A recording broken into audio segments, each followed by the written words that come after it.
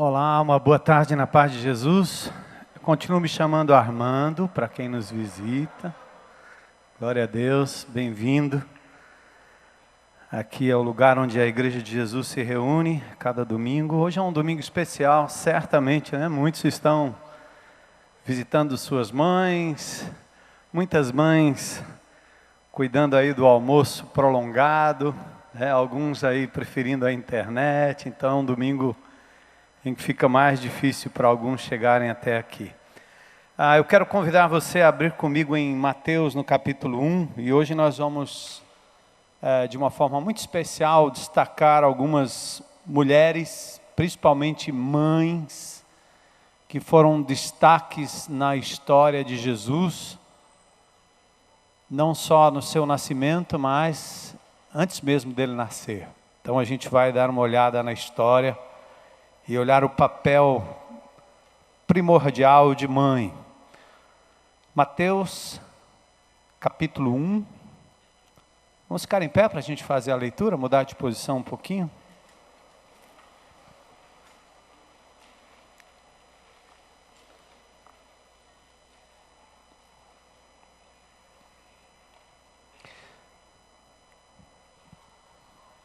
Capítulo 1. Os versículos 1 a 25. Vamos ler o capítulo 1 inteiro. É uma genealogia bastante estranha quando você entra na leitura bíblica lá pelo livro de Crônicas. Eu passei recentemente por este livro. A nossa tendência é, puxa, tanto nome, né? Tanto nome, né? Por que tanto registro? Mas é tão interessante que lá no meio da genealogia tem pérolas preciosas. 1 Crônicas capítulo 11, capítulos 12, 13, tem pérolas preciosas dos homens de Issacar, os valentes de Davi. Então lá no meio da genealogia tem destaque de coisas assim bem especiais. Então vamos fazer essa leitura. Livro da genealogia de Jesus Cristo, filho de Davi, filho de Abraão. Então a genealogia fala da sua ascendência, de onde ele veio, qual era a linhagem, quais eram os parentes de Jesus, tá? Então aqui diz que ele é filho de Davi, ou seja, da descendência do rei Davi, filho de Abraão, aquele que foi chamado lá atrás, há 2000 anos antes de Cristo. Abraão gerou a Isaque, Isaque gerou a Jacó, e Jacó gerou a Judá e a seus irmãos. Judá gerou Tamar, de Tamar a Pérez, aliás, e a Zerá. Pérez gerou a Esrom, Esrom gerou a Arão. Arão gerou a Aminadab, Aminadab gerou a Naasson, Naasson gerou a Salmão, Salmão gerou a Raabe, a Boaz, aliás, de Raabe a Boaz, Boaz gerou de Rute a Obed, Obed gerou a Jessé, Jessé gerou ao rei Davi, o rei Davi gerou a Salomão, da que foi mulher de Urias.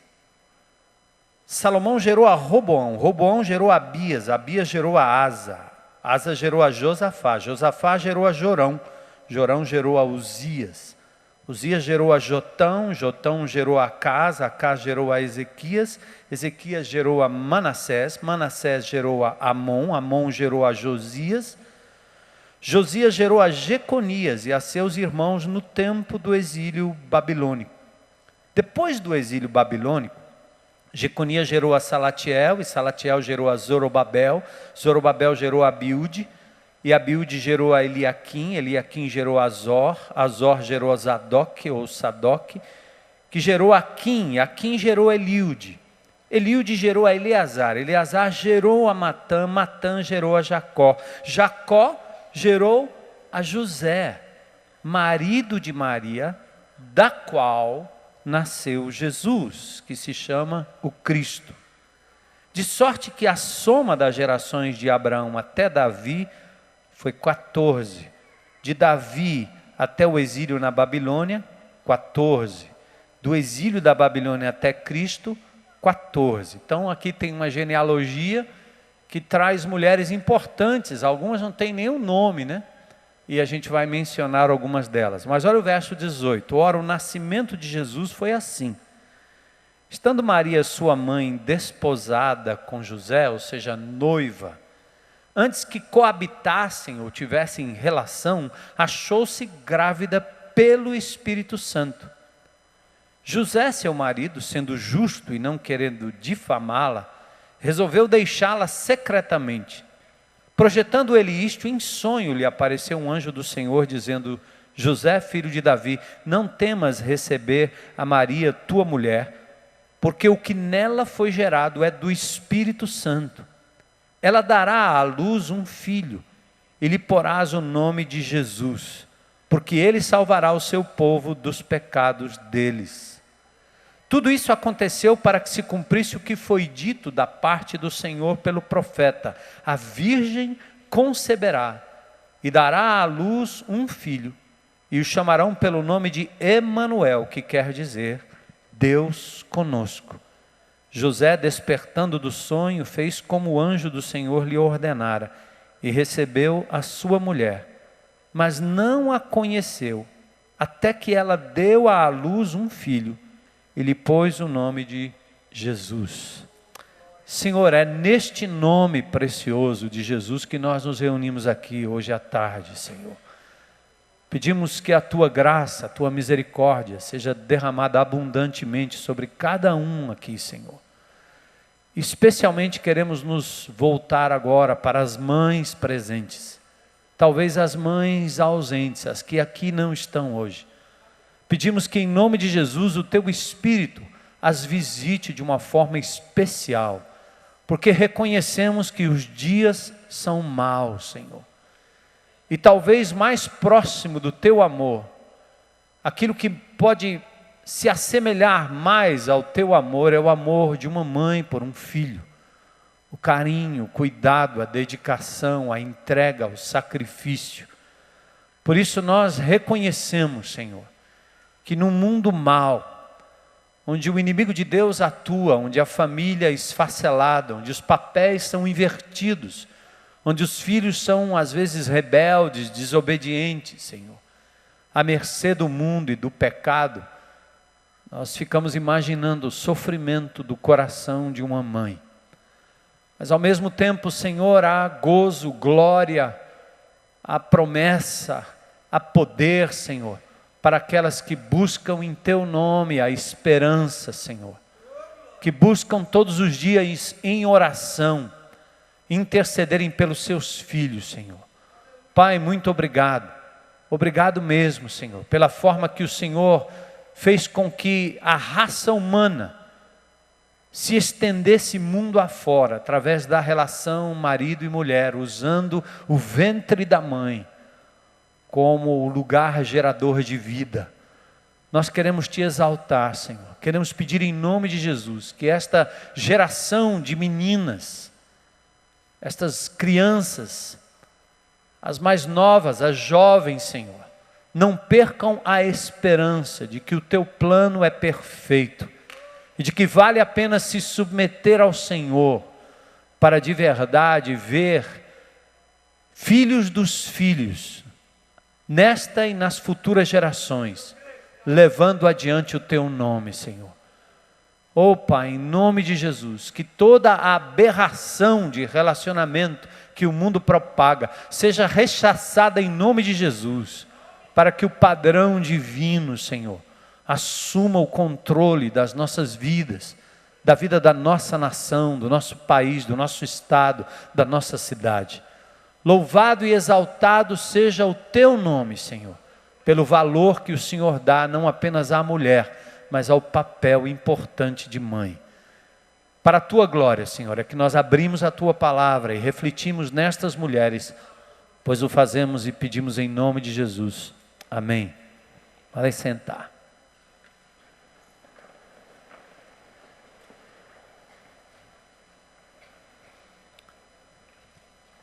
Jesus é chamado aqui em Mateus de Deus conosco.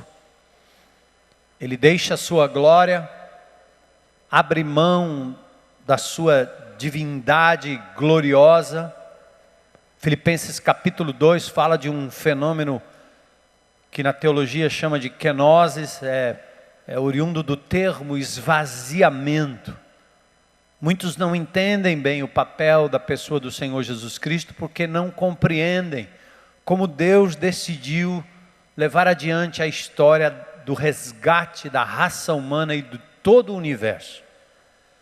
Ele cria o homem o desobedece, mas o seu plano não é frustrado porque ele promete através do Filho, Jesus, o resgate e a salvação da raça humana.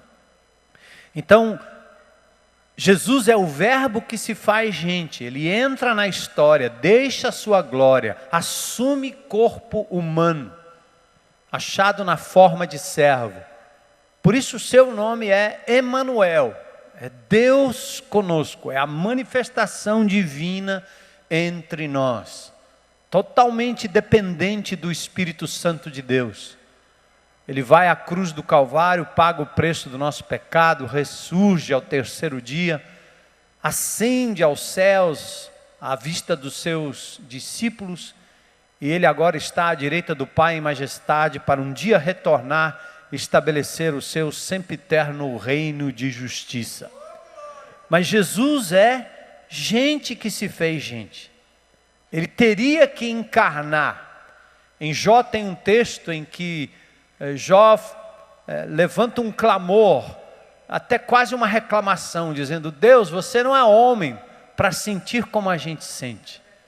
Jó ainda diz: não tem alguém que seja intermediário entre a tua glória, o teu poder, a tua majestade e nós, falíveis humanos. Jesus é a resposta. O Verbo se fez gente e habitou entre nós, cheio de graça e de verdade, João 1,14. Em Colossenses 1, capítulo 15, diz que ele é a imagem perfeita do Deus invisível, o primogênito de toda a criação. Jesus é especial. Sendo 100% homem, ele pôde sim pagar o preço dos meus pecados, dos seus pecados, e nos religar e nos levar de volta para Deus. Este é o Evangelho. Isto foi o que aconteceu comigo há mais de 40 anos atrás. Isso é o que aconteceu com cada um que aqui entregou sua vida a Jesus. Esta é a mensagem que nós temos que levar às pessoas lá fora. Este é o Evangelho. Jesus já pagou o preço. A perdão, a libertação na pessoa de Jesus. É interessante que, como verdadeiramente homem, ele tem um título. Ele é chamado de Filho do Homem. Dentre os seus vários títulos, Emanuel, que quer dizer Deus conosco, o verbo pré-existente de João 1:1, o princípio, o fim, o alfa, o ômega, o todo-poderoso, todos são títulos que enfatizam a sua deidade, mas há um que enfatiza a sua humanidade. Ele é Filho do homem, no sentido filho da raça humana. Tendo deixado a sua glória, aí Jesus abre mão da sua prerrogativa divina, como eu disse em Filipenses 2, e ele agora é simplesmente homem. Em Mateus 8:20 diz: o Filho do homem não tem onde reclinar a cabeça. É interessante, Mateus 12:8 diz: o Filho do homem, até do sábado ele é Senhor. Marcos 10:45, Jesus diz: o Filho do homem não veio para ser servido, mas para servir e dar a sua vida para resgatar ou em resgate de muitos. Esse título indica a origem humana de Jesus. A gente não pode perder essa perspectiva de que Jesus foi bebezinho, de que Jesus foi adolescente, foi criança, foi adolescente, foi jovem, de que Jesus teve uma vida normal como um ser humano. A única diferença é que a sua origem humana não inclui a relação entre um homem e uma mulher. José e Maria não transaram para que Jesus nascesse. Se assim o fora, Jesus teria nascido herdando o pecado que vem desde Adão. Deus cria o homem à sua imagem e semelhança, cria o homem, cria a mulher, pede que eles multipliquem, frutifiquem, encham a terra. Na desobediência, Deus poderia ter acabado com a raça humana ali, porque ele já havia dito No dia em que comer, certamente morrerás. Mas naquele momento em que o homem e a mulher desobedecem a Deus, a morte entra no mundo, mas não no sentido de acabar com a raça humana. Os dias do homem agora passam a ser limitados. Ele morre eventualmente. E não somente fisicamente ele morre, mas ele também agora está separado de Deus. Os nossos pecados fazem divisão entre nós e o nosso Deus. E aí nós temos então, na raça humana, um pecado que é hereditário.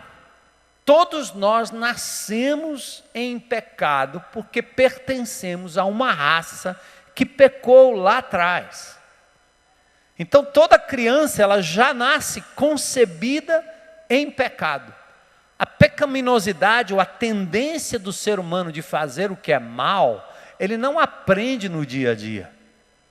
Quem já teve filhos, né? E eu já tive 2 e agora 4 netos, e gosto de crianças, vocês sabem que não precisa ensinar o que não presta para a criança, porque ela aprende sozinha. Ninguém sabe de onde. A mãe e o pai botam a mão na cabeça e dizem: eu não entendo como é que esse menino faz isso. Ele é egoísta ou não? Toda criança é egoísta. A psicologia vai tentar explicar que é uma questão de sobrevivência. Não, mas é muito além disso. A tendência para o mal está lá dentro do ser humano, já implantado, e é hereditário. Vem de pai para filho, de pai para filho, de pai para filho. É interessante essa hereditariedade. Paulo trata muito bem disso na questão do pecado. Cristo morre por este estado pecaminoso do ser humano também. Alguém poderia dizer assim: mas o que eu tenho a ver com o pecado de Adão e de Eva? Não tenho nada a ver. Tá bom. Então fique tranquilo. Se alguém aqui nesse auditório ou neste planeta conseguisse viver 100% sem pecar, teria salvação automática. O problema é que a Bíblia descreve, e é verdade, Romanos 3,10, não há um justo, nem sequer um. Todos não apenas são pecadores porque nasceram, foram originados em pecado, mas porque nós pecamos. Deixa o ser humano, deixa ele por si só. Quem aqui nunca pecou? Então nós temos 2 culpas pendendo sobre nós. Uma é a culpa do pecado da raça humana em Adão e Eva. Outro é o pecado que eu mesmo cometo. E Tiago disse: se você comete um, é culpado de todos. Quem aqui nunca pecou? Os religiosos da época de Jesus, né, tentavam dizer: não, mas eu nunca matei, eu nunca roubei. E aqui é quando a gente aprendeu na nossa religiosidade romana que quem cumprir os 10 mandamentos está resolvido lá com Deus. Jesus pega você na curva, e ele diz o seguinte: você diz, eu nunca matei ninguém. Jesus diz: não, matar não é um ato. Aquele que no seu coração, na sua mente, intentar o mal contra alguém, já matou. Adultério não é o indivíduo que sai com a mulher do outro e leva para um motel, coisa parecida, não. Se você na sua mente intentar maliciar contra alguém, desejar alguém que não lhe pertence, você já adulterou. Jesus pega o pecado e leva para um nível que está lá dentro, alojado no coração, não é no ato de quem vê. Porque ninguém me viu matando alguém, eu não fui indiciado por assassinato. Mas quantas vezes na minha vida eu desejei o mal contra as pessoas e eu matei, eu tive que pedir perdão ao meu Deus, no sentido bíblico. Ou seja, toda a raça humana não só herda o pecado de Adão e Eva, e aí se você disser assim: não, mas eu não quero herdar o pecado, então não deveria ter herdado a vida, porque você só existe porque eles existiram. Nós só existimos hoje porque o primeiro casal existiu. Vocês já imaginaram nessa filosofia moderna de ser, nesse novo arranjo familiar, se Deus tivesse criado 2 Adões? Adão e Adão. Ia dar em quê? 2 cadáveres de Adão. 2 Evas. ia dar em quê? 2 cadáveres de Eva. Jamais eles poderiam levar adiante o plano perfeito de Deus. Por isso a natureza clama, e o Deus que criou o homem e o ser humano e a mulher, ou os seres humanos, com esse desenho maravilhoso, tem feito com que a raça humana se prolifere exatamente desta forma. Então, se você não quer nada com Adão e Eva, não era nem para estar vivo. Nós somos originários deles. A gente vem, ancestrais e ancestrais, ancestrais e ancestrais. Então, o nosso pecado tem 2 aspectos. Um aspecto legal, porque nós nascemos em Adão, filhos de homem e mulher, da raça humana. E temos o outro aspecto, que é o aspecto do fato, do ato em si. E aí o Senhor Jesus Cristo entra no mundo. E por que que ele nasce da virgem? Porque ele teria que ser 100% ser humano, portanto ele teria que vir de um ventre materno, senão ele seria um ET qualquer entrando aqui e invadindo a história. Ele não poderia morrer por um homem pecador como eu, ou uma mulher pecadora, ou um homem pecador como você. Mas Jesus é concebido no ventre de Maria por uma intervenção miraculosa do Espírito Santo. O mesmo Deus que cria o homem à sua imagem e semelhança, que faz daquele elemento lá de Gênesis uma alma vivente, é o mesmo que teve poder para colocar no ventre de Maria um ser, sem qualquer relação com José. Por isso que o texto aqui de Mateus que nós lemos, José, ele está noivo, desposado de Maria, porque era assim no judaísmo. Marido e mulher, ou aliás, um menino ou a menina, eram prometidos um para o outro, e eles passavam 1 ano sem qualquer relacionamento íntimo, mas já comprometidos como se fosse um noivado. Maria aparece grávida. E José está intrigado, porque ele disse, opa, e o texto diz que ele não queria difamá-la, porque ela seria apedrejada como prostituta, porque ela teria tido relacionamento com qualquer outro homem que não fosse o seu próprio noivo prometido para o casamento. O texto que nós lemos diz que José então intenta deixá-la secretamente, para não dizer para ninguém. Ele, como um homem justo, não queria difamar Maria. Mas aí, o anjo do Senhor vem e avisa a José o que de fato aconteceu. Nasce nesta mulher, Maria, um ser, um ente, que é então chamado Filho do Homem, Emanuel, Deus conosco. Desta forma, Jesus não herda o pecado da dupla Adão e Eva. Ele não herda o pecado posicional. E a sua vida é de tal forma limpa e sem pecado, que ele teria sido o único homem com direito à vida eterna. Porque o pecado traz a morte é consequência do pecado. Paulo diz, o salário do pecado é a morte. Então Jesus, olha a posição dele. Outra coisa impressionante sobre o relacionamento de José, é que o texto diz em Mateus 1:25, eu vou mencionar isso aqui mais tarde, que José não tem relações com Maria, José não a conheceu, até que ela deu à luz ao filho, que estava nela gerado pelo Espírito Santo, que foi Jesus. Então Maria, em nenhum lugar da Bíblia, foi a Virgem Eterna.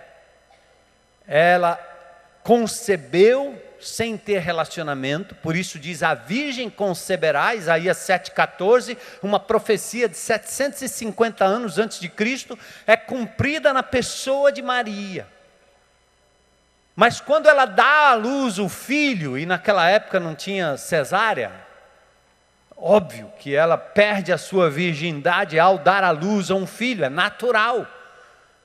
A beleza é a concepção espiritual, poderosa, miraculosa, de uma virgem que concebe pelo Espírito Santo, mas ao dar à luz a um filho, o marido José agora a conhece. Os dois se relacionam normalmente.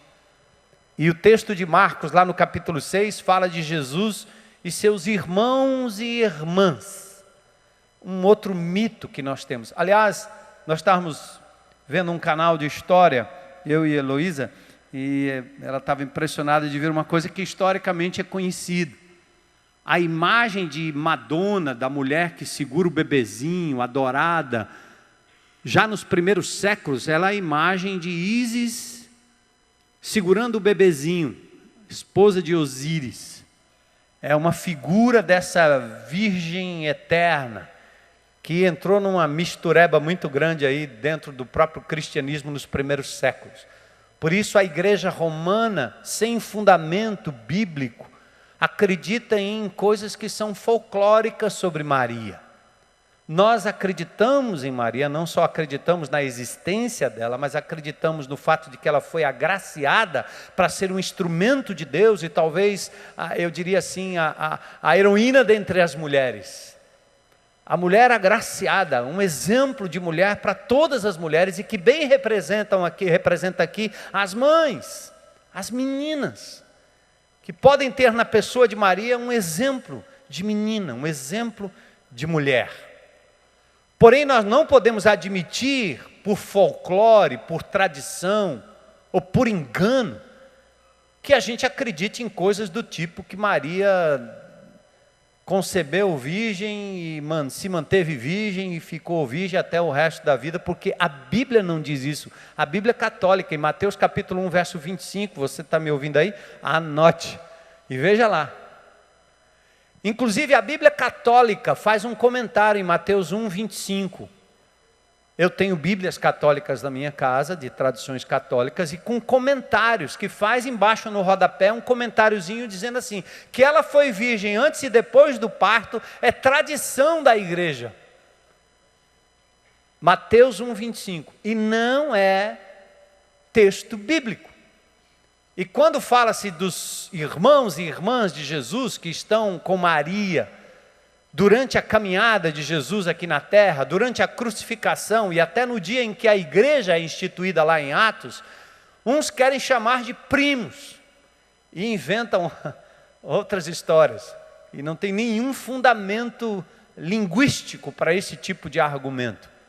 Só para dizer o seguinte, mamãe, Deus não condena o fato de você ser mãe, muito pelo contrário. Então, se Maria concebeu de forma pura e virgem, porque o Espírito Santo coloca nela um ente que foi de fato o Salvador do mundo, glória a Deus. E se Maria teve outros filhos, glória a Deus. Isso é tão interessante porque existe um outro dogma católico, romano, que diz que Maria nunca pecou. E porque ela nunca pecou, Maria ascendeu aos céus. Aliás, tem um feriado nessa cidade, a Ascensão de Maria. Eu pergunto a qualquer um aqui, qualquer um, aonde na Bíblia tem este texto de Maria subindo aos céus? Em nenhum lugar, nem o padre, nem o papa, nem o bispo, nem o pastor, ninguém vai achar esse texto, porque não é bíblico. O único que foi de verdade, não só não recebeu a hereditariedade do pecado, como não pecou durante toda a sua vida, não merecia a morte, por isso ele pôde ir à cruz do Calvário por mim e por você, ressuscitou, e assim ascendeu aos céus, foi Jesus, o Filho, do qual Maria disse, fazei tudo o que Ele mandar. Ele é o centro. Nós ouvimos aqui a música e vamos no final talvez dar uma olhada no texto aqui. Da mesma forma, Maria chama Jesus de meu Salvador. Minha alma engrandece ao Senhor, meu espírito se alegra em Deus, meu Salvador. Ela sabia, como uma mulher agraciada por Deus, mas não impecável, que ela também precisava de um Salvador. Ela foi um instrumento, um vaso abençoado. Mas é tão triste ver uma religião cristã tirando o foco da pessoa do Senhor Jesus Cristo e colocando numa Madonna, como faziam os pagãos com Ísis, já lá no primeiro século. Então, o papel de Maria é importante como mãe. E Jesus então tem a sua origem humana. E Deus contempla Maria com essa maternidade abençoada. Mas na história de Jesus tem muitas outras mulheres. E nós vamos fazer uma regressão aqui, lá para Gênesis. Muitas outras mães que fizeram parte da história de Jesus. Sem elas, o Salvador não teria vindo. E o que mais nos impressiona é o fato de que essas mulheres citadas na Bíblia, elas são pessoas normais, com suas lutas e limitações, mas que enfim receberam destaque por serem mulheres de fé no Deus Todo-Poderoso. Pense nisso, é outra coisa que eu quero falar a você, mulher aqui presente. As mulheres da Bíblia não são enfeitadas com um rosto, uma auréola, um ar de absoluta santidade impecável. Isso é um mito. Não só as mulheres da Bíblia, mas os homens da Bíblia também foram apresentados na Bíblia com suas lutas e suas fraquezas. O único sem pecado foi Jesus. O único que é capaz de verdade nos levar à salvação eterna foi Jesus. As pessoas adoram imagens, santos da história, mas a grande verdade é que um só é digno de adoração, é Jesus. Porque se as pessoas de verdade adorassem Francisco, e adorassem Benedito, e adorassem Jorge e tantos outros, as pessoas teriam uma atitude que eles tiveram na história, eles adoraram Jesus. Então é uma espécie de adoração ignorante, cega, quase uma espécie de amuleto da sorte, o santo do dia. O que é que o pobre do José tem a ver com chuva? O fenômeno do equinócio. E se institui algo e alguém fala com São José, não precisa esperar o dia 19. Pode orar ao Senhor todos os dias, a cada momento. Ele é o Deus que manda a chuva, retém a chuva, guarda a chuva. Peça em nome de Jesus, você tem acesso direto, não precisa chegar o dia, o momento, a hora. Mas amados, ponto 1, as mulheres eram mulheres normais. A cultura da época relegava a mulher a um papel secundário, mas Deus, na sua infinita sabedoria, valoriza a mulher como ser humano especial e como aquela cuja missão define a sua própria constituição física e emocional. Ela foi criada para ser companheira e mãe. Mãe. A maternidade é uma das mais preciosas vocações dadas ao ser humano. Todos nós nascemos do ventre materno. Extraordinário. Extraordinário. Então, nesse dia especial, nós queremos destacar a história de 8 mulheres da Bíblia. Elas ganham um especial destaque, e talvez você se identifique com uma ou outra destas mulheres.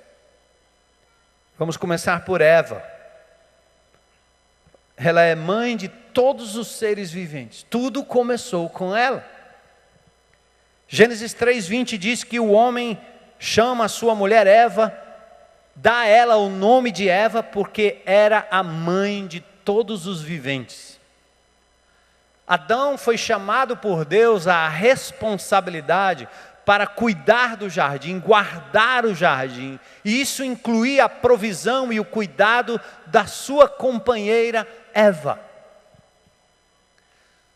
Quando o inimigo de Deus entra, induz a mulher ao pecado, e a Eva peca, erra diante de Deus, comete o erro, que Deus disse que não fosse cometido. É impressionante como Deus em Gênesis chama o homem à responsabilidade. Onde é que você estava, cara? Onde é que você estava, homem? Onde você estava, Adão? Que desprotegeu, que não cuidou, que não ajudou, que não interviu. A raça humana desvirtuou tanto os padrões de Deus para o relacionamento marido e mulher, que ou o cara é um opressor, um déspota, ou ele é um omisso, um indivíduo que desprotege a sua mulher, que lança a sua mulher ao perigo, que depende dela e talvez a trata como mãe todo o tempo, suga tudo, espera dela e nela, não partilha, não compartilha, não cuida, não protege, não ama.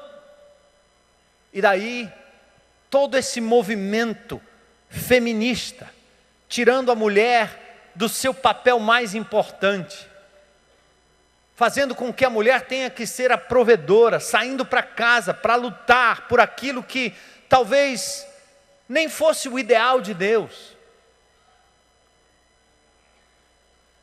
Se de verdade os homens ocupassem o papel que Deus designou, o papel bíblico, de um exercício de autoridade que não é a autoridade de quem demanda, como quem dá ordens, ou como quem quer ser servido pela mulher.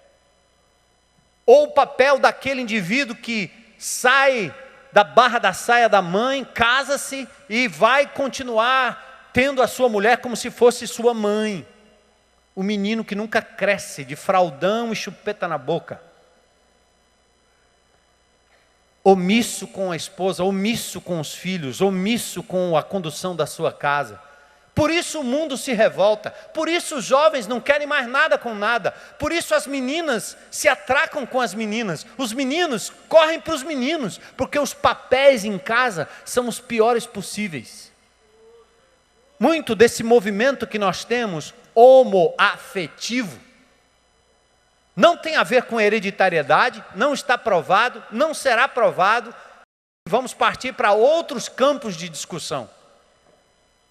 Mas muito disso tem a ver com o desmantelo, o erro, a distorção, a torção daquilo que Deus desenhou para o papel do homem e a mulher dentro de casa. E aí o menino olha, diz: eu não quero ser como esse casal. A menina olha e diz: se ser mulher é ser isso aí, se ser mãe é ser isso aí, eu não quero. Muitos adolescentes com quem eu tenho conversado ao longo dos quase 30 anos de ministério aqui nessa comunidade, normalmente quando estão enveredando ou para o vício, ou para a droga, ou para a prática sexual, que é reprovável diante de Deus, eles trazem consigo uma carência que vem lá de casa, lá do lar. Imaginem, gente, o curso natural. Eva, chamada para dar à luz. Não dá para acelerar o processo de gravidez, não é não? Tem que, engravida, tem que gestar. Tem que estar lá, tem que cuidar, tem que estar próximo. A criança está ali no ventre, recebendo o amor, o carinho, o cuidado. E muitas das mães, até num certo sentido, rejeitam aquela postura e aquela posição. É muita gravidez acontecendo sem querer, sem planejamento, sem nada. Muita adolescente grávida. Que loucura! Totalmente desconfigurado o padrão divino. Por quê? Porque sexo é o que importa, prazer é o que importa, é fazer das mulheres objetos de uso e desuso e descarte. Troca-se como quem troca de copo descartável. Onde fomos parar? Tudo por conta do pecado, tudo por conta do erro que nos distanciou do padrão divino. Mas Eva aparece como a primeira mulher, a primeira mãe. Ela foi inédita. ela recebeu do Criador uma incumbência maior. Além de ser mãe, ela foi antes de tudo esposa, companheira e aí mãe. A despeito da desobediência, do erro cometido ao ouvir as incitações do diabo, a despeito da cumplicidade do seu marido que a desprotegeu, Deus foi misericordioso com Eva e a fez mãe de todos os seres viventes. Através dela e da relação com seu marido, a terra foi povoada e de geração em geração, cada um de nós veio a existir graças à maternidade. Louvado e exaltado seja o Senhor pelo dom de ser mãe, pelo privilégio da maternidade, de ver a raça humana continuando. Amém, mulheres? Os homens não vou pedir um amém agora. Mas a outra mulher importante na Bíblia foi Sara, esposa de Abraão. Gênesis capítulo 17, verso 16. Eu abençoarei a Sara e dela te darei um filho. Eu a abençoarei, ela será mãe de nações, reis de povos sairão dela. Gente, Deus chama Abraão, nosso pai na fé. Chama lá de Ur dos caldeus. Sai da tua terra, da tua parentela. Vem, eu vou te mandar para uma outra terra. Terra prometida. De lá nasceria a nação de Israel. A palavra hebreu vem do verbo hebraico ivri, que quer dizer aquele que atravessa o rio. Ele sai lá de Ur, atravessa o Tigre e o Eufrates e vem em direção à Palestina, em direção a Canaã, em direção a Jerusalém. Abraão é chamado. E Deus diz que ele seria pai de muitas nações. Seu primeiro nome, Abrão. Depois, Abraão. Deus coloca ali um termozinho, uma letrinha que significa muitos. Povo, Ab, pai, Riv, muitos. Abraão, a ideia de que ele carregava consigo uma promessa. Eu vou abençoar os que te abençoarem. Em ti serão benditas todas as famílias da terra. Abraão já estava incorporando a promessa que nós usufruímos hoje em Cristo Jesus. Foi por causa dele, por conta dele. Mas queridos, ele sai da sua terra, da sua parentela, leva consigo aquela que possibilitou o cumprimento da promessa, porque Abraão não faria sozinho. Nenhum outro relacionamento daria a Abraão essa possibilidade de ser pai de muitas nações. Nada disso seria possível sem a mulher que foi mãe de Israel. Contudo, Sara, na época quando Deus deu a promessa para Abraão, Sara foi até esperta, ela fez um arranjo lá, disse: rapaz, eu sou muito velha. Ela já tinha quase 99 anos de idade, Abraão beirando 100. Ela é estéril. Vocês não imaginam, mulheres, como era duro para uma mulher ser estéril em Israel. Nós conhecemos uma irmã em Cristo Jesus que se casou com um muçulmano e foi morar na Arábia. E essa mulher, ela vive isolada como uma mulher muçulmana, chora até hoje, né? Porque se arrependeu, tem que praticamente negar a sua fé em Cristo Jesus, porque se disser que é crente em Cristo Jesus, perde a vida. E aquela mulher, então, como mulher daquele clã, né? Ela teve o primeiro filho, mas aí a coisa não dava certo e tal, e veio uma menina, e a menina não prestou, tinha que ser um varão. Aí veio outra menina, aí depois veio outra menina, e olha que quase que o negócio não dá certo. E lá, quando só vem menina ou a mulher é estéril, eles arrumam outra para que a descendência possa dar continuidade. Sara, quando era estéril, recebeu a promessa, ela quis ajudar Deus. Olha aqui, tem aqui a minha serva, Abraão. Você tem uma relação com ele aí?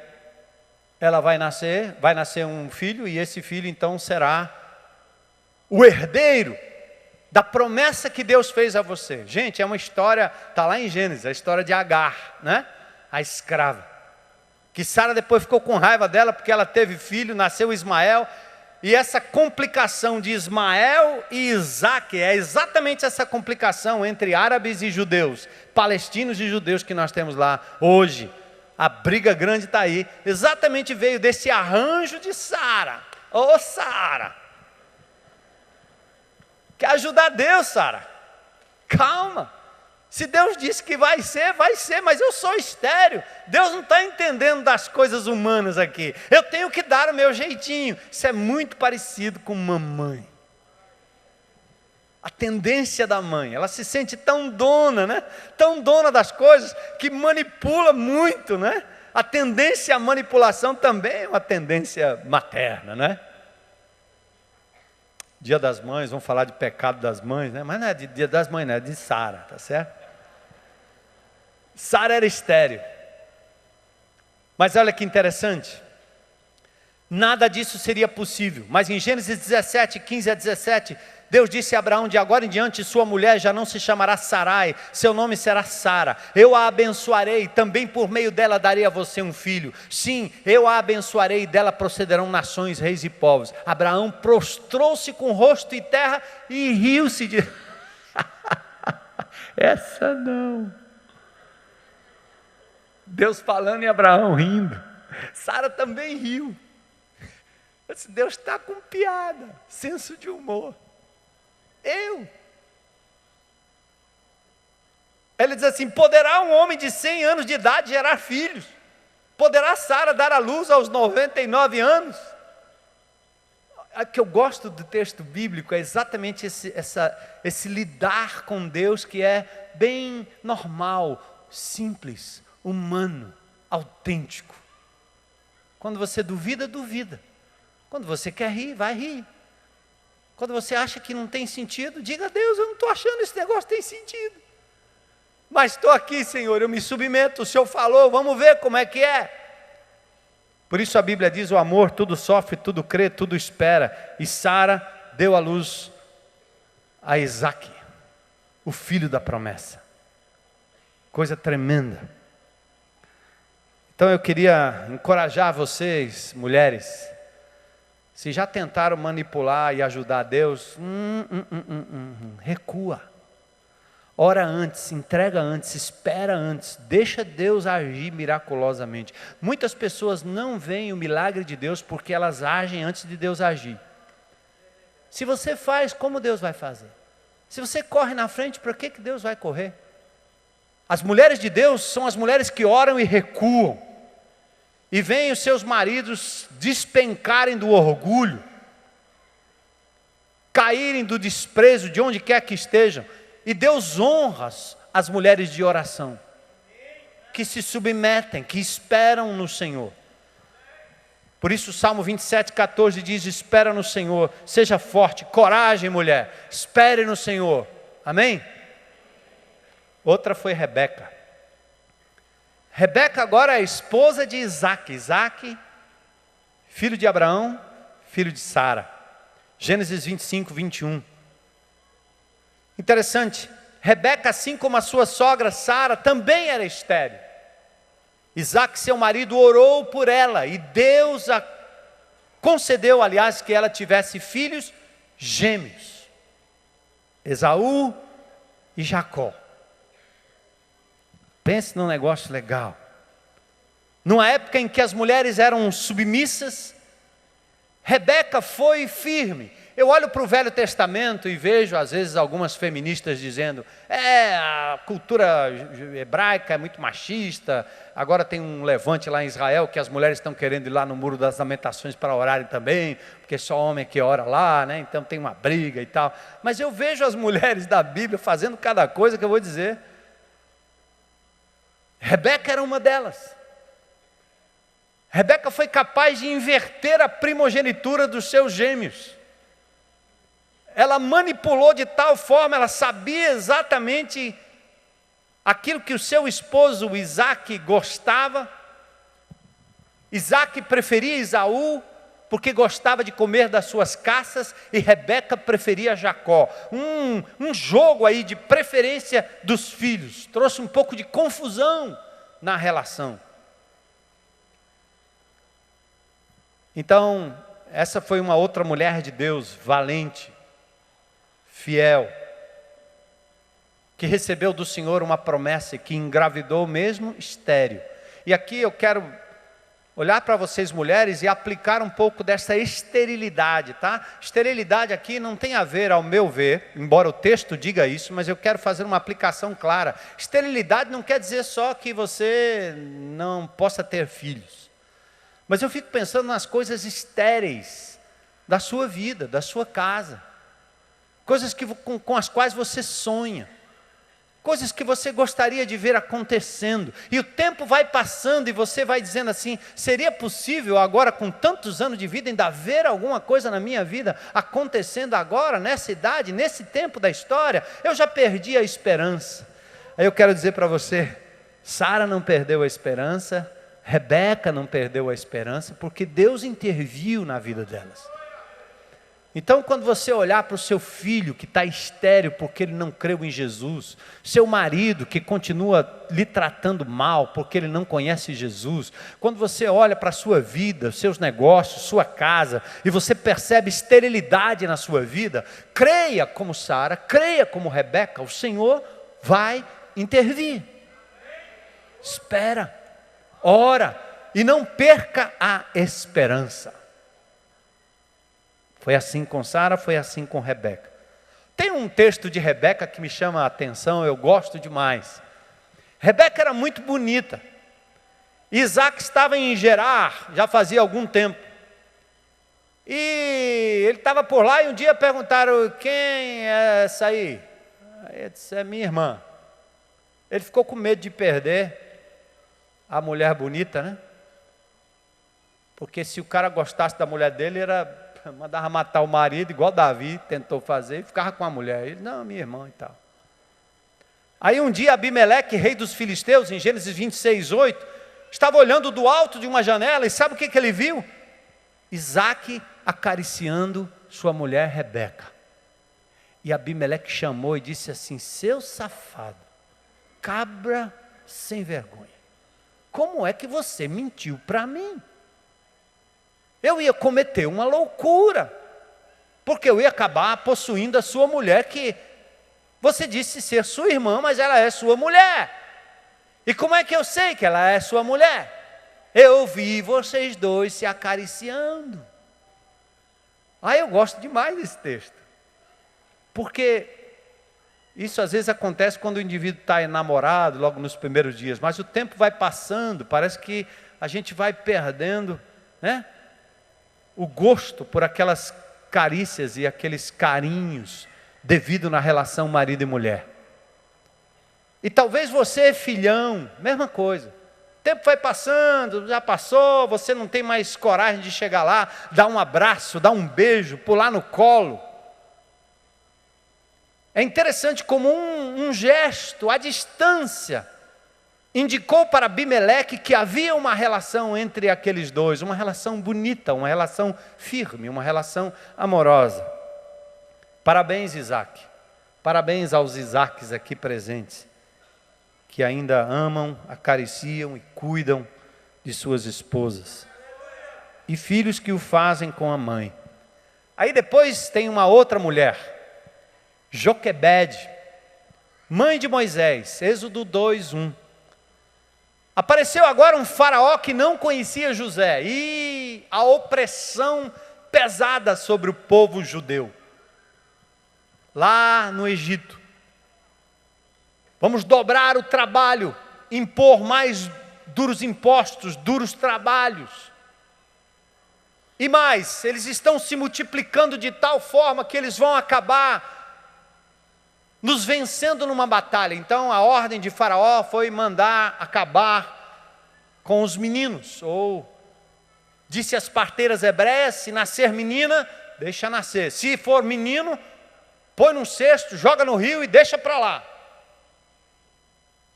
Temos que acabar com essa possibilidade de reprodução. Joquebede, a mãe de Moisés, é quase esquecida pela maioria de nós. Mas ela teve coragem e criatividade para evitar que seu filho morresse durante a morte dos filhos dos judeus. O rei do Egito ordenou às parteiras dos hebreus que se chamavam Sifrá e Puá: quando vocês ajudarem as hebreias, Êxodo 1, 15 e 16, a dar à luz, verifiquem se é menino. Se for, matem-no. Se for menina, deixem-na viver. Aí, diz o texto em Êxodo 2:1, foi-se um homem da casa de Levi, casou-se com uma filha de Levi, a mulher concebeu e deu à luz um filho. Anrão tomou por mulher a Joquebede, sua tia, que lhe deu Arão e Moisés. O nome da mulher de Anrão era Joquebede, filha de Levi, nascida no Egito. Ela deu a Anrão, Arão, Moisés e Miriam, irmã deles. Mas olha o texto no 1:10. Quando já não podia mais escondê-lo, pegou um cesto feito de junco, vedou com piche e betume, colocou nele o menino, deixou o cesto entre os juncos à margem do Nilo, e a irmã do menino ficou observando de longe para ver o que acontecia. Olha que coisa linda. A filha de Faraó descera ao Nilo para tomar banho. Enquanto isso, suas servas andavam pela margem do rio e viram o cesto entre os juncos, e mandou a sua criada apanhá-lo, e abriu e viu o menino chorando. Imagina a dor daquela mãe, ter que gerar um menino e colocá-lo num cestinho para não ser morto e deixá-lo à deriva. E ficaram de longe vendo. Mais uma vez um ato de fé, um ato de coragem. Deixa ir, deixa levar, deixa estar que o Deus Todo-Poderoso, Deus das águas, Deus do junco, Deus do cestinho, Deus vai conduzir. Deixa, mulher. Não tenta brincar de Deus, mamãe. Se a circunstância é adversa, deixa. Entrega nas mãos do Senhor, espera o que vai acontecer. Coisa linda, né? A filha de Faraó vem, vê o cestinho, abre o cestinho, vê o menino, fica com pena dele, diz: esse menino é dos hebreus. A irmã do menino aproxima-se e pergunta à filha de Faraó: a senhora quer que eu vá chamar uma mulher dos hebreus para amamentar e criar o menino? E a mulher disse sim. Sabe o que ela fez? Chamou a mãe de Moisés. Que coisa, né? Ela abre mão e Deus a usa para amamentar o filho, tudo pago pelo Faraó. Você já experimentou isso, mamãe? Já experimentou isso, mulher? A possibilidade de verdade entregar a Deus em determinado momento e ver o fim que Ele vai dar à história. Ter paciência, esperar e confiar no Senhor. Louvado seja Deus. Deus usa Moisés para libertar o seu povo hebreu depois de 400 anos do cativeiro egípcio. Agora tem uma outra mulher na história. Ana, mãe de Samuel, o profeta. Gente, na Bíblia, no Velho Testamento, e vocês precisam ter essa visão para não ter que ficar perplexo quando alguém lhe faz questionamentos sobre costumes do Velho Testamento. Deus, ao longo do Velho Testamento, Ele não intervém na cultura dos povos, tampouco dos judeus. Ele dá ordens, Ele dá mandamentos, mas os judeus, por vezes, abandonaram a palavra de Deus e viveram de acordo com sua própria cabeça. Nunca foi plano de Deus a poligamia ou qualquer outro tipo de arranjo que era encontrado lá no Velho Testamento. As várias mulheres, as várias concubinas, o rei que além da sua mulher exclusiva, Batseba, tinha outras 1000 no seu harém.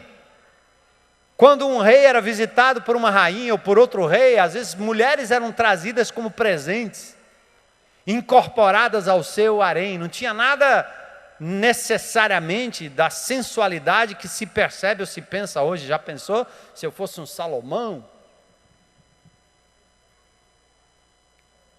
Isso quer dizer o quê? Que no Velho Testamento, quando há essa atitude de um homem ter mais de uma mulher, ou casar com a outra, depois com a outra, ou coisa parecida, não tem aprovação de Deus para isso. Isso não foi o plano original.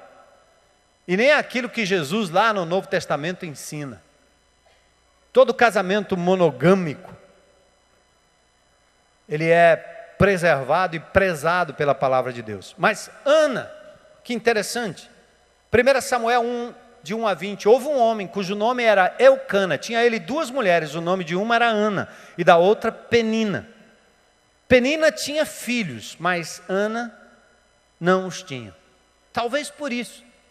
Era tão importante para o homem ou a família ter descendentes, gerar filhos.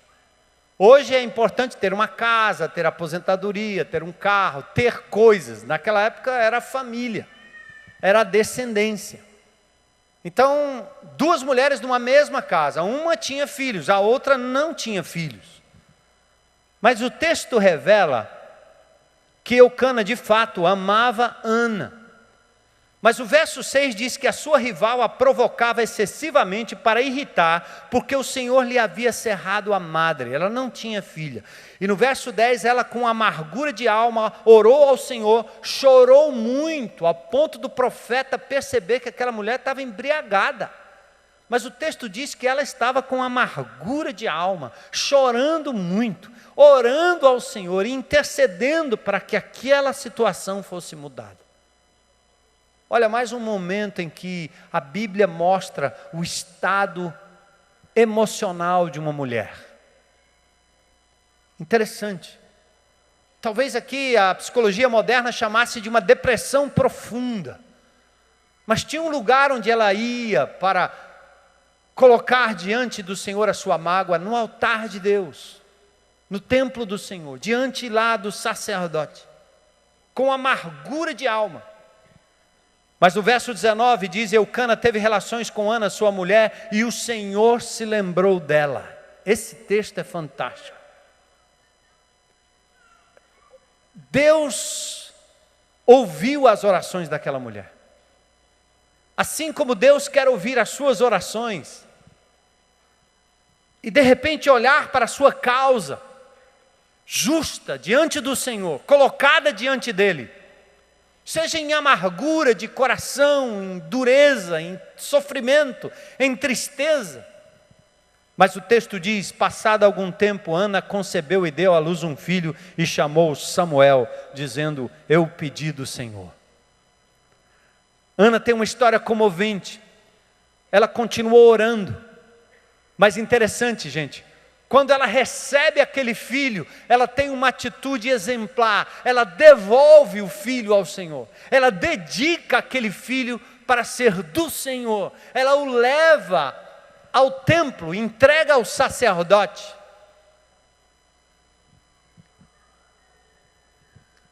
1 Samuel 26 a 28, e ela disse: meu Senhor, juro por tua vida que eu sou a mulher que esteve aqui ao teu lado orando ao Senhor. Era este menino que eu pedia, e o Senhor concedeu-me o pedido, pois agora eu o dedico ao Senhor, por toda a sua vida será dedicada ao Senhor. E ali adorou ao Senhor. Gente, Samuel honrou como o último dos juízes, o primeiro dos profetas do Senhor. E Ana ainda teve 5 outros filhos, sinal da bênção de Deus sobre a vida dela. Mamãe, não tem coisa melhor, no momento da concepção, você dedicar o seu filho ao Senhor. Sério. É tendo como se não tivesse.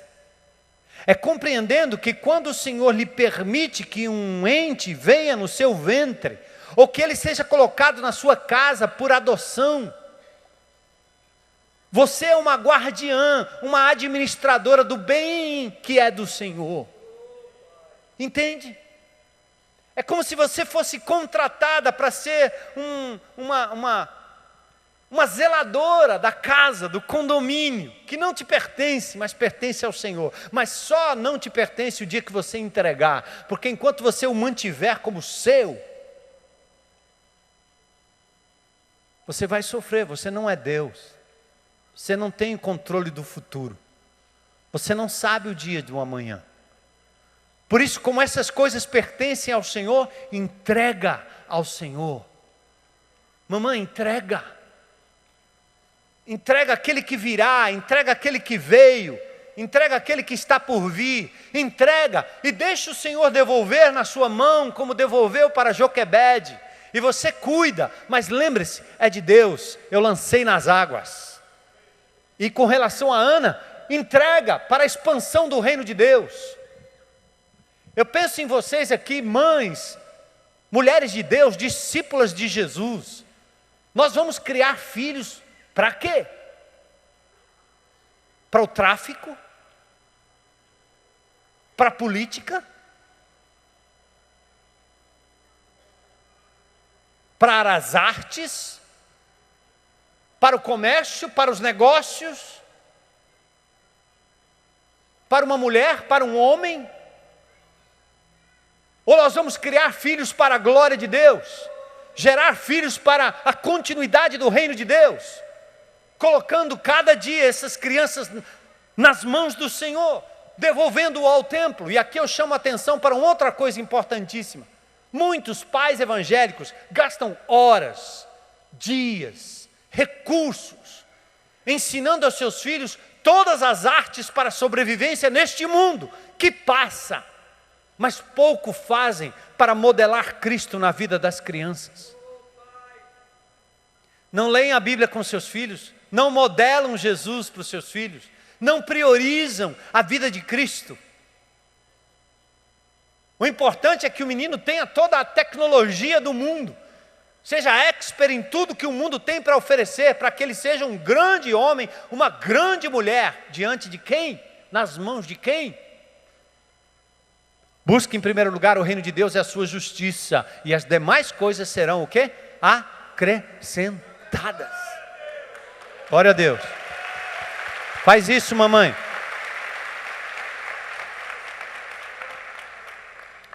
Por fim, aliás, quase chegando lá, Batseba. Muitas, né? 2 Samuel 11.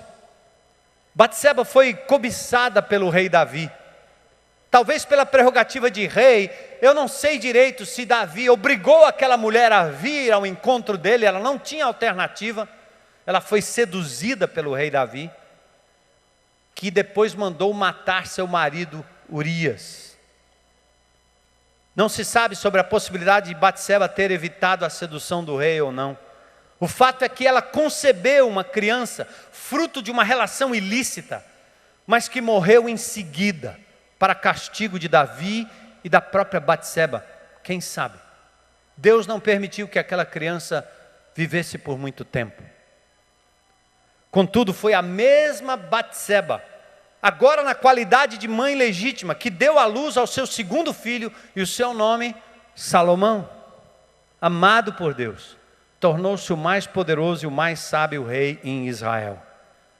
Mesmo tendo participado de uma experiência reprovada por Deus e com consequências doloridas para o casal, Batseba ganha destaque na genealogia de Jesus, figurando entre as 5 mulheres ali citadas. Mateus 1:6. E Jessé gerou ao rei Davi, e o rei Davi gerou a Salomão, da que foi mulher de Urias. Para dizer o que sobre isso? Talvez o seu caminho foi tortuoso, como Davi, talvez como Batseba. Talvez a primeira geração, o primeiro momento, a primeira circunstância em que você se tornou mãe, foi esta circunstância adúltera, inesperada. Mas olha que interessante, o Deus de toda graça, o Deus de toda misericórdia, resgata a história dessa mulher, e permite que ela dê à luz novamente, numa outra circunstância, tudo passado. Marido morto, agora com Davi, gera Salomão, que dá a ela a alegria de ser um dos maiores reis em Israel. E essa mulher, ainda que desconhecida, ela figura na genealogia de Jesus o Salvador, mostrando para você, mamãe, para você, mulher, que Deus é o Deus da segunda chance. Ele pode reescrever a sua história. Quebrou tudo, acabou tudo, destruiu tudo. Deus pode reescrever a sua história.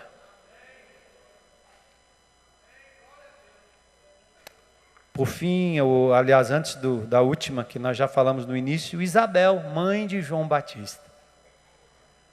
Lucas 11:13. O anjo disse: não tenha medo, Zacarias, sua oração foi ouvida. Isabel, sua mulher, lhe dará um filho e você lhe dará o nome de João.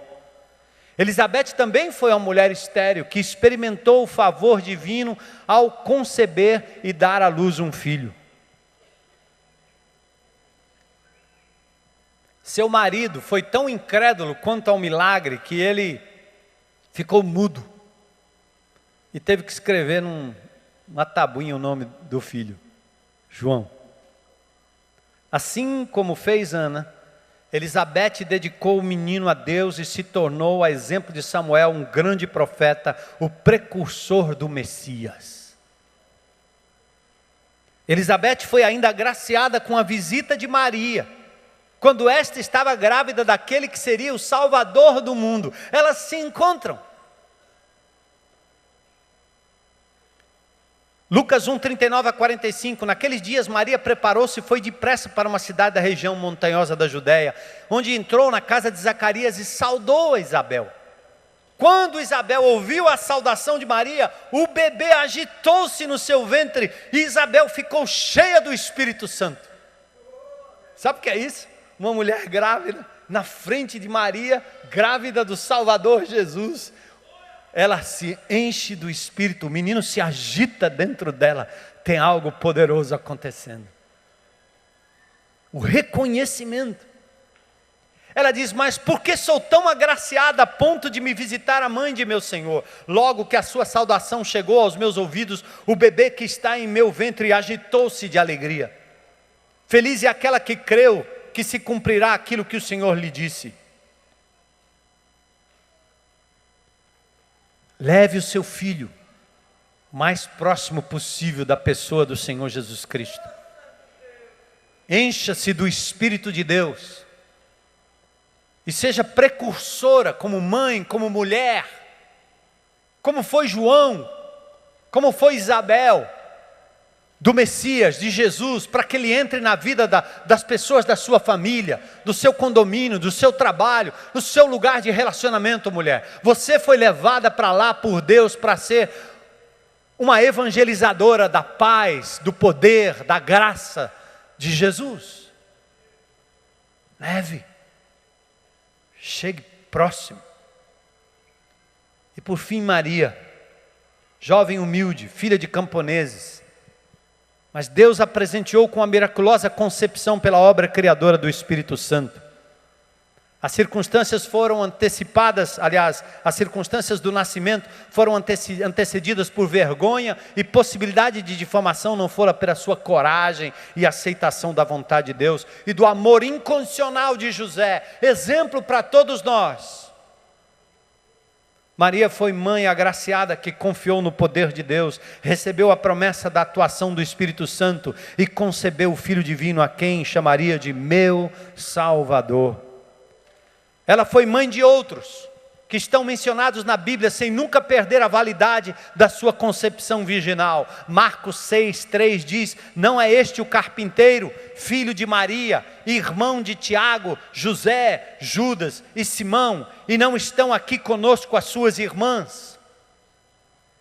Ela foi mãe presente na formação do menino Jesus, acompanhou no primeiro milagre em Caná, em João 2, e por fim a vemos na crucificação, perto da cruz, e depois com os irmãos de Jesus no início da igreja, corpo vivo de Cristo na terra. Por isso, amados, queremos deixar nesta noite um desafio para você, mamãe. Coloque-se diante do Senhor, agradeça a Deus pela maternidade, pelo privilégio de ter gerado um filho do ventre, de ter adotado uma criança. Talvez a adoção é o exemplo de como Deus nos adotou como filhos. Muito amor. Agradeça a Deus, homem, mulher, pela sua mãe. Meninas, jovens que aqui estão, não deixe o diabo turvar a esperança do seu coração.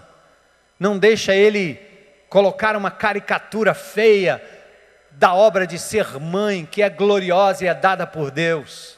Ainda há esperança de termos famílias bonitas, segundo a vontade de Jesus, para levar adiante o reino de Deus, para perpetuar aquilo que o Senhor introduziu, até que Ele venha, até que Ele venha.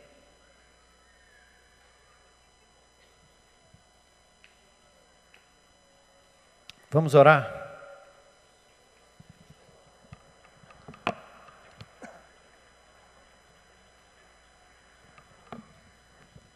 Talvez é um momento para você, mamãe, fazer uma entrega.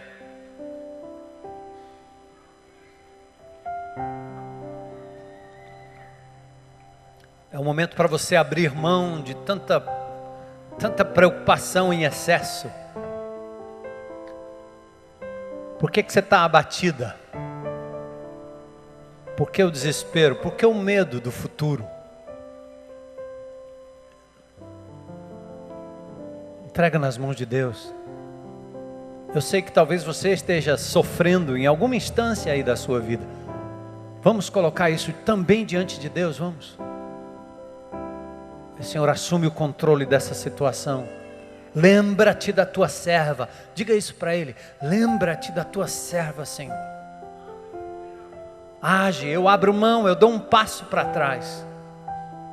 Senhor, eu entrego meus filhos, minha casa, meu marido. Talvez você é mãe, mas os filhos já estão distantes. Continue entregando, continue colocando diante do Senhor. Você não pode estar lá, mas está lá aquele a quem você tem acesso através da oração. Você não está lá, o Espírito de Deus está, como está em você. Ora, entrega, descansa, mulher. Glorifica a Deus. E diga como Maria: minha alma engrandece ao Senhor, meu espírito se alegra não nos homens, não nas coisas que eu tenho ou deixo de ter, mas em Deus meu Salvador. Minha alma engrandece ao Senhor, meu espírito se alegra em Deus meu Salvador. Minha alma engrandece ao Senhor, e o meu espírito se alegra em Deus meu Salvador. Repita isso, mulher. Minha alma engrandece ao Senhor, e meu espírito se alegra em Deus meu Salvador. De novo. Minha alma engrandece ao Senhor, e o meu espírito se alegra em Deus meu Salvador. Aleluia, aleluia. Glória a Deus. Glória a Deus.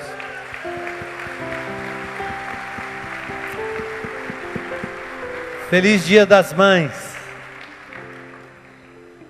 Se tem alguma pessoa hoje à noite, antes de você sair aqui desse lugar, que gostaria de tomar uma decisão por Jesus, reconhecendo-o como Senhor e Salvador, você quer fazer isso publicamente hoje, dia especial, levanta a sua mão aí. Tem alguém nesse auditório para dizer: eu quero entregar minha vida a Jesus hoje? Glória a Deus. Dá um abraço aí, dá um abraço nessa pessoa. Mais alguém?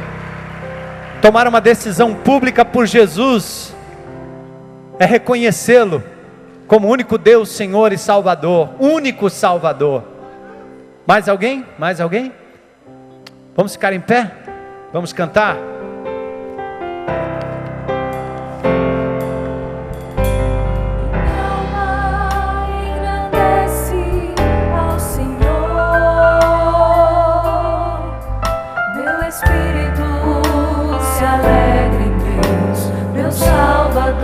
Aleluia. Pois com poder tem feito grandes coisas, e com misericórdia demonstrado minha alma. Minha alma engrandece ao Senhor, teu Espírito se alegra em Deus meu Salvador.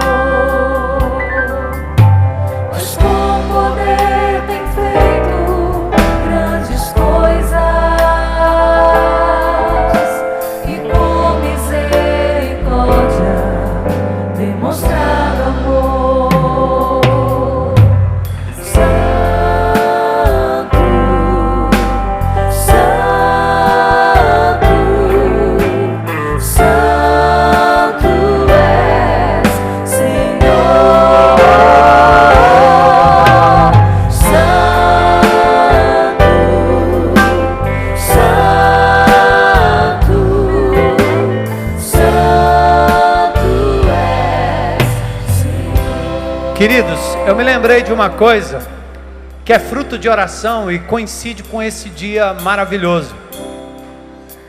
Vocês sabiam que, acho que nessa semana, né? A gente já vem conversando. Está nascendo do coração de uma mulher de negócios dessa igreja que cedeu uma propriedade.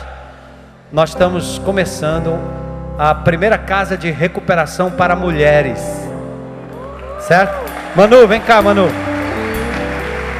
Vem cá, João, também. A Manu e o João, que são lá do Grão de Mostarda, receberam essa casa, foi cedida para que esse projeto pudesse acontecer. Acho que vai ter até deve ter um chá de alguma coisa lá, né? Não? Com certeza. Eles já foram lá, eu acho que hoje.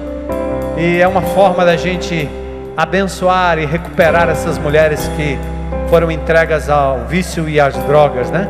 Que elas sejam livradas pelo amor de Jesus nos grupos pequenos e que encontre aqui neste projeto que essa igreja vai abraçar com amor e carinho para a glória de Deus, restauração e recuperação para a glória de Deus. Deus abençoe.